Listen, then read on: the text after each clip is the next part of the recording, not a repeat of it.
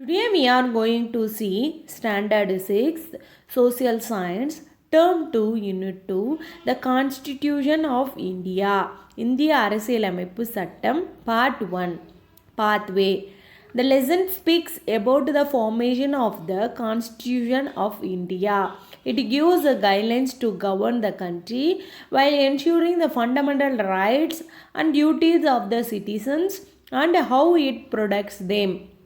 இந்த லெசன் நம்ம என்ன பார்க்க போகிறோம் அப்படின்னா இந்திய கான்ஸ்டியூஷன் எப்படி ஃபார்ம் ஆனது அப்படிங்கிறத பற்றியும் ஒரு கண்ட்ரியை எப்படி ரூல் பண்ணோம் அந்த கைட்லைன்ஸ் கொடுக்கவும் சிட்டிசனோட அடிப்படை உரிமைகள் அவங்களோட கடமைகள் என்ன அப்படிங்கிறத உறுதிப்படுத்தவும் அதை எப்படி ப்ரொடக்ட் பண்ணிட்டு வருது இந்திய கான்ஸ்டியூஷன் அப்படிங்கிறத பற்றியும் இந்த லெசன் நம்மளுக்கு எக்ஸ்பிளைன் பண்ணுது. கான்வர்சேஷன் மூலமாக நம்மளுக்கு ஈஸியாக எக்ஸ்பிளைன் பண்ணுறாங்க. என்னென்னு பார்க்கலாம் வாங்க. Yalinian and Sudaroli are brothers. Yal is student of Standard 6 and Sudar is in Standard 4.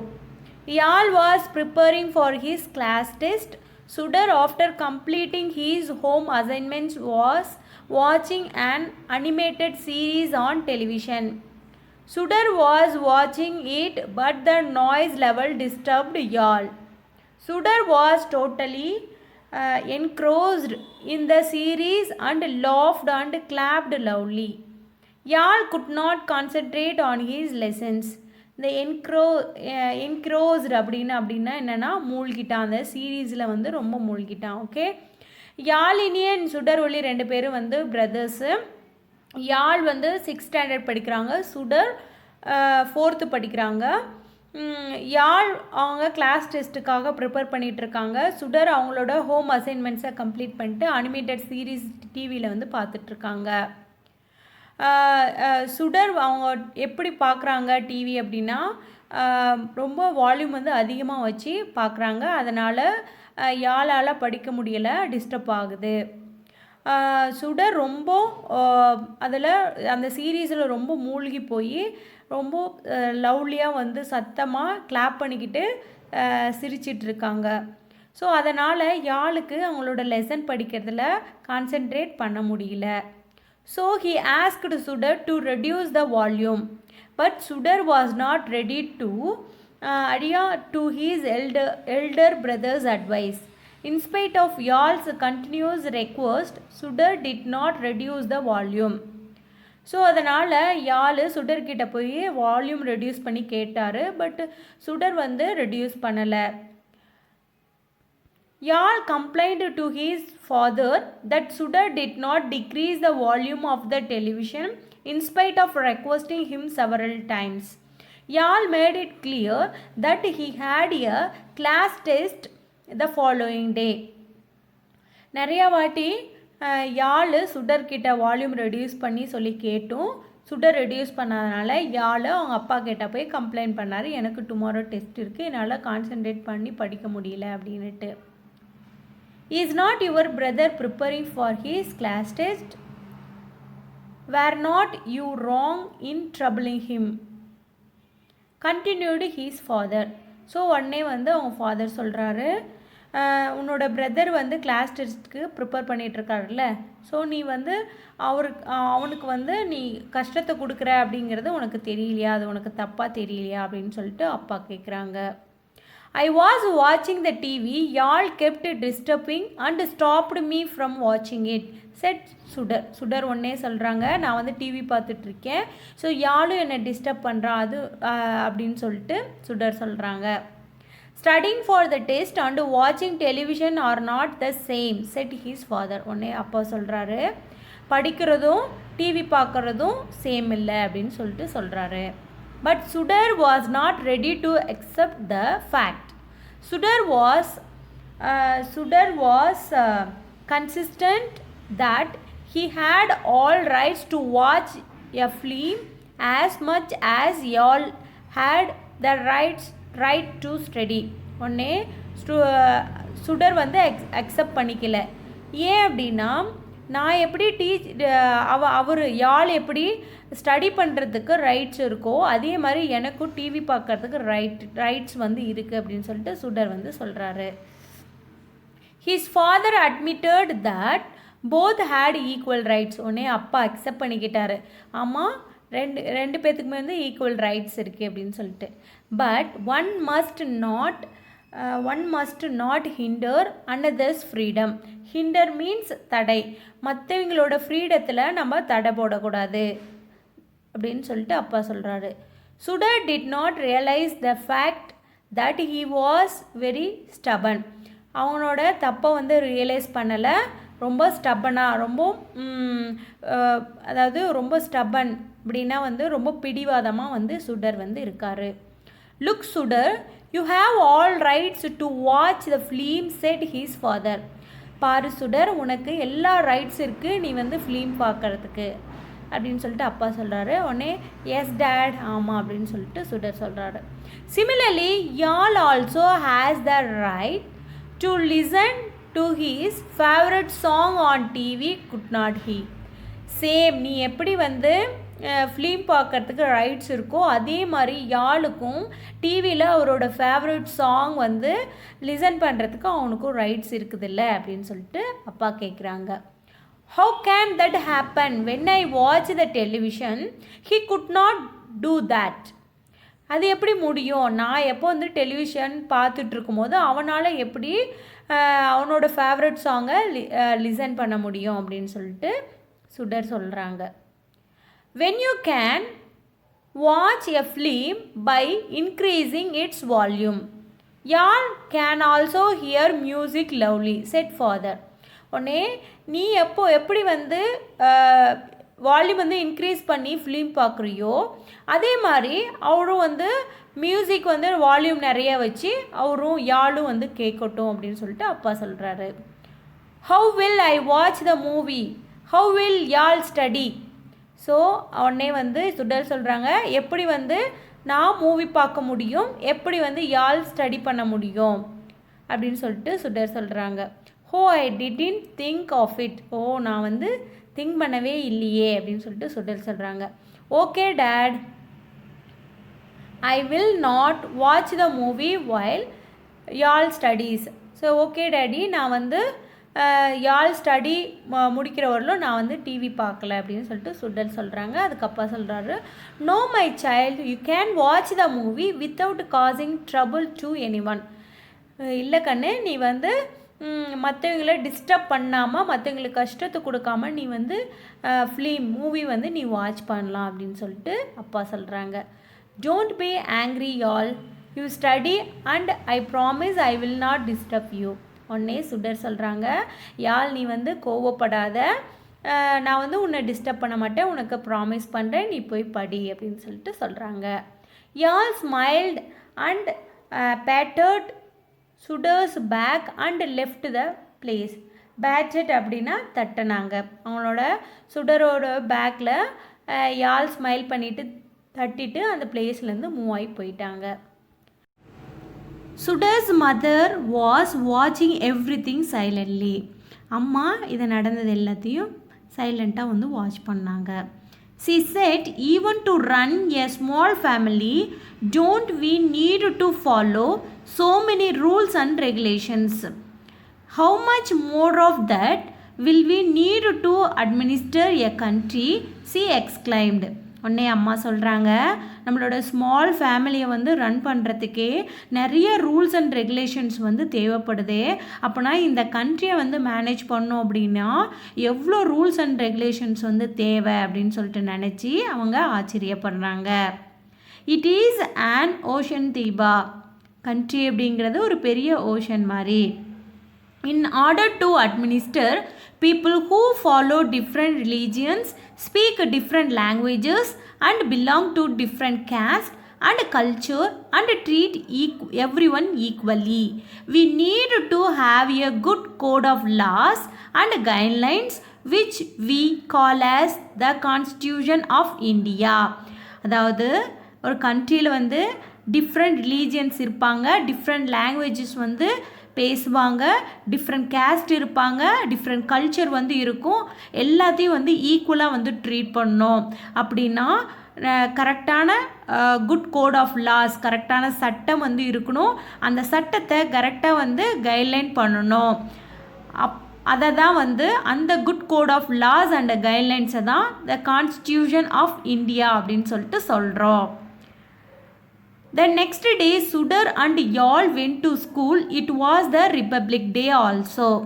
Next day வந்து சுடரு யாழும் வந்து ஸ்கூலுக்கு போகிறாங்க. அன்னைக்கு டே வந்து republic day. The celebration was jubilant அப்படின்னா happy. The students and teachers were standing in the line around the flag post சுற்றி ஸ்டூடெண்ட்ஸும் டீச்சரும் வந்து லைனாக வந்து நிற்கிறாங்க. Immediately after the hoisting of the flag, a discussion was held with the chief guest for the day, Mr. Arumugam, an expert in social science. அதாவது chief guest யார் அப்படின்னா mister Arumugam. அவங்க யார் அப்படின்னா சோசியல் சயின்ஸ் ஸ்பெஷலிஸ்ட் வல்லுனர். அவர் தான் வந்து flag வந்து ஏற்றாரு. Wish you a happy republic day wished mister Arumugam. உடனே ஆறுமுகம் வந்து எல்லாத்தையும் பார்த்து விஷ் யூ ஹாப்பி ரிப்பப்ளிக் டேன்னு சொல்லிட்டு சொல்கிறாரு. Wish you the same sir. Do you know why do we celebrate the republic day? உங்களுக்கெல்லாம் தெரியுமா ஏன் நம்ம வந்து ரிப்பப்ளிக் டே வந்து செலிப்ரேட் பண்ணுறோம் அப்படின்னு? Our constitution was framed and came into existence from 26th January 1950. That is why every year we observe this day as the Republic Day, said the history teacher Malarmadi. அதாவது 26th January 1950 அப்போ தான் நம்மளோட constitution வந்து frame பண்ணி நடைமுறைக்கு வந்தது. அந்த டேவை தான் நம்ம ரிப்பப்ளிக் டேவாக செலிப்ரேட் பண்ணுறோம் அப்படிங்கிறத மலர்மதி டீச்சர் ஹிஸ்ட்ரி டீச்சர் வந்து சொல்கிறாங்க. Yes, it is true, correct. There are other reasons why this constitution came into existence on 26th January 1950. 26th January 1950 அப்போது நம்மளோட கான்ஸ்டியூஷன் நடைமுறைக்கு வந்தது. ஏன் அப்படின்னா அதுக்கான ரீசன்ஸ் வந்து இருக்குது அப்படின்னு சொல்லிட்டு சொல்கிறாரு.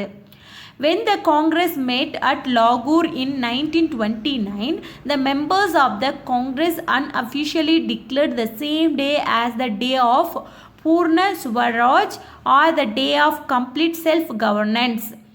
The next year, 26 January 1930 was celebrated as the Independence Day. That day has been observed as our Republic Day. அதாவது 1929 அப்போது லாகூரில் காங்கிரஸ் மெட் வந்து அதாவது காங்கிரஸ் மாநாடு ஒன்று நடந்துச்சு. அந்த மாநாட்டில் இருந்த மெம்பர்ஸ் எல்லாமே பூர்ண ஸ்வராஜ் அப்படின்னா ஹிந்தி வேர்டு, அதுக்கு தமிழ் மீனிங் என்னென்னா முழுமையான சுதந்திரம் அப்படிங்கிறத அந்த நாளை வந்து அன்அஃபிஷியலாக வந்து டிக்ளேர் பண்ணியிருந்தாங்க. அதுக்கப்புறம் நெக்ஸ்ட் இயர் 26th January 1930 அப்போது இண்டிபெண்டன்ஸ் டேவாக வந்து செலிப்ரேட் பண்ணாங்க. அந்த டே தான் ரிப்பப்ளிக் டேவாக வந்தது அப்படின்னு சொல்லி ஆறுமுகம் வந்து சொல்கிறாரு. What do you mean by the constitution of India asked Nathar வந்து கேட்குறாரு கான்ஸ்டியூஷன் ஆஃப் இந்தியா அப்படின்னா என்ன அப்படின்னு. Before that let me ask a few questions, you answer me, then I will explain in detail about the Constitution of India. அதுக்கு ஆறுமுகம் சொல்கிறாரு, நான் வந்து அதுக்கு ஆன்சர் பண்ணுறதுக்கு முன்னாடி உங்ககிட்ட வந்து ஃபியூ கொஷின்ஸ் கேட்குறேன், அதுக்கு ஆன்சர் பண்ணு அப்படின்னுட்டு. All right sir. The students were prepared to answer the questions. Are you following any rules and regulations at home? ஏதாவது ரூல்ஸ் வந்து ஃபாலோ பண்ணுறியா வீட்டில் அப்படின்னு சொல்லிட்டு கேட்குறாரு. Yes sir. Are you following any rules at school? ஸ்கூலில் வந்து rules follow பண்ணுறியா? Yes sir. Are both of them the same or different? ஸ்கூலில் ஃபாலோ பண்ணுற ரூல்ஸும் வீட்டில் ஃபாலோ பண்ணுற ரூல்ஸும் வந்து சேமாக டிஃப்ரெண்ட்டான்னு கேட்குறாரு. Mostly there are different. Is it necessary to follow certain rules in public places? Public பிளேஸில் வந்து செர்டைன் ரூல்ஸ் வந்து நம்ம கண்டிப்பாக வந்து ஃபாலோ பண்ணுமா அப்படின்னு சொல்லிட்டு கேட்குறாரு. Yes sir. Why it is necessary? ஏன் எதுக்காக நம்ம கண்டிப்பாக வந்து ஃபாலோ பண்ணணும் அப்படின்னு சொல்லிட்டு கேட்குறாரு. We should not disturb anybody in public, said Tamilselvi. Is it true? Also no one should disturb us, said Selva. உடனே தமிழ்ச்செல்வி சொல்கிறாங்க பப்ளிக்கில் வந்து நம்ம யாரையும் வந்து டிஸ்டர்ப் பண்ணக்கூடாது அப்படின்னு சொல்லிட்டு சொல்கிறாங்க. அதுக்கு செல்வா சொல்கிறாங்க அவங்க சொன்னது கரெக்டு, அதே மாதிரி நம்மளையும் வந்து யாருமே டிஸ்டர்ப் பண்ணக்கூடாது அப்படின்னு சொல்லிட்டு சொல்கிறாங்க. Yes, I do accept it. But what if someone compels you to follow some rules? How would you feel? Okay, நான் அக்செப்ட் பண்ணிக்கிறேன். பட் யாராவது உன்னை வந்து சம் ரூல்ஸை வந்து ஃபாலோ பண்ண சொல்லி கம்பல் பண்ணாங்கன்னா அப்போது என்ன ஃபீல் பண்ணுவீங்க? It would be difficult to do so. அப்போ வந்து நான் வந்து டிஃபிகல்ட்டாக ஃபீல் பண்ணுவேன். How do you feel when you are asked to make your own rules? நீங்களே வந்து ஓன் ரூல்ஸை மேக் பண்ணுங்கள் அப்படின்னு சொல்லும்போது எப்படி வந்து ஃபீல் பண்ணுவீங்க? We would be proud and pleased to obey our own rules. அப்போ வந்து நாங்கள் ரொம்ப பெருமையாகவும் ப்ளீஸ்ட் அப்படின்னா மகிழ்ச்சியாகவும் அதுக்கு அந்த ரூல்ஸுக்கு நாங்கள் கீழ்ப்படிவோம் அப்படின்னு சொல்லிட்டு சொல்கிறாங்க. Everyone agreed and noted their heads. Noted அப்படின்னா தலையாட்டுறது. The Constitution is an authentic document containing the basic ideas, principles, and laws of a country. It also defines the rights and duties of citizens. The laws governing a country originate from the Constitution. Originate அப்படின்னா தொடங்குகிறது. Every country is ruled on the basis of its constitution. அதாவது ஒரு கண்ட்ரியோட பேசிக் ideas, principles, loss இதையெல்லாம் உள்ளடக்கின ஒரு டாக்குமெண்ட்டுக்கு பேர் தான் constitution. சிட்டிசனோட duties and rights எல்லாமே அந்த கான்ஸ்டிடியூஷனில் சொல்லியிருப்பாங்க. அதுக்கப்புறம் இப்படி தான் ஒரு கண்ட்ரி ஆட்சி பண்ணணும் அப்படிங்கிற கோட் ஆஃப் லாவையும் அந்த கான்ஸ்டிடியூஷனில் மென்ஷன் பண்ணியிருப்பாங்க. அவங்கவுங்க கண்ட்ரியோட கான்ஸ்டிடியூஷனை எப்படி சொல்லியிருக்காங்களோ அதே மாதிரி தான் கவர்ன் பண்ணுவாங்க. What are the things that make the constitution of India? Asked Deepika. Deepika கேட்குறாங்க, இந்த கான்ஸ்டிடியூஷன் ஆஃப் இந்தியாவில் என்னென்ன திங்ஸ்லாம் வந்து இடம்பெற்றிருக்கு அப்படின்னு சொல்லிட்டு கேட்குறாங்க. The constitution of India is the ultimate law. We have to abide by it. Abide அப்படின்னா பின்பற்றணும். அதாவது கான்ஸ்டிடியூஷன் ஆஃப் இந்தியா அப்படிங்கிறது ஒரு அல்டிமேட் லா. அந்த கான்ஸ்டிடியூஷன் கீழே தான் நம்ம வந்து இருக்கிறோம். அந்த கான்ஸ்டிடியூஷனில் என்ன சொல்லியிருக்காங்களோ அதை நம்ம பின்பற்றணும். It explains the fundamental concept of structure, methods, powers and the duties of government bodies. Fundamental இது வந்து எதை அந்த கான்ஸ்டிடியூஷன் ஆஃப் லா வந்து எதை எக்ஸ்பிளைன் பண்ணுதுன்னா ஃபண்டமெண்டல் கான்செப்ட் ஆஃப் ஸ்ட்ரக்சர். அது என்னது? மத சார்பற்று இருக்கணும், எல்லாம் ஒற்றுமையாக இருக்கணும், நேர்மையாக இருக்கணும், தனி மனித சுதந்திரம் இருக்கணும், எல்லா ஸ்டேட்லும் வந்து கூட்டணி முறையில் வந்து கான்ஸ்டிடியூஷன் வந்து இருக்கணும் அப்படிங்கிறது எல்லாமே இது எக்ஸ்பிளைன் பண்ணுது. It also lists the fundamental rights and duties of the citizens. சிட்டிசன்ஸோட ஃபண்டமெண்டல் ரைட்ஸையும் அண்ட் தென் டியூட்டிஸையும் வந்து இது லிஸ்ட் பண்ணியிருக்கு. அதாவது ஃபண்டமெண்டல் ரைட்ஸ் அப்படின்னா ஆணும் பெண்ணும் வந்து சமம் அப்படிங்கிற மாதிரியான ரைட்ஸ் வந்து இருக்குது. டியூட்டிஸ் அப்படின்னா நேஷ்னல் ஆந்தம், நேஷ்னல் சாங் வந்து ரெஸ்பெக்ட் பண்ணணும், அண்ட் தென் 52 செகண்ட்ஸ் வந்து நம்ம பாடணும் அப்படிங்கிற டியூட்டிஸ் வந்து இருக்குது. Directive principles are also mentioned in the constitution. So it is holistic in nature. அதாவது அரசை எப்படி தான் வந்து நடத்தணும் அப்படிங்கிறனால டைரக்டிவ் பிரின்சிபல்ஸும் வந்து அதில் மென்ஷன் பண்ணியிருக்கு. When did they begin to frame the constitution? asked Christopher கேட்குறாங்க, எப்போ வந்து இந்த கான்ஸ்டியூஷன் வந்து ஃப்ரேம் பண்ணுறதுக்கான ஸ்டார்டிங் ஒர்க் வந்து ஆச்சு அப்படின்னு சொல்லிட்டு கேட்குறாங்க. In 1946, nearly 389 members of the Constituent Assembly who belonged to different parties from different places came together to frame the Constitution of India.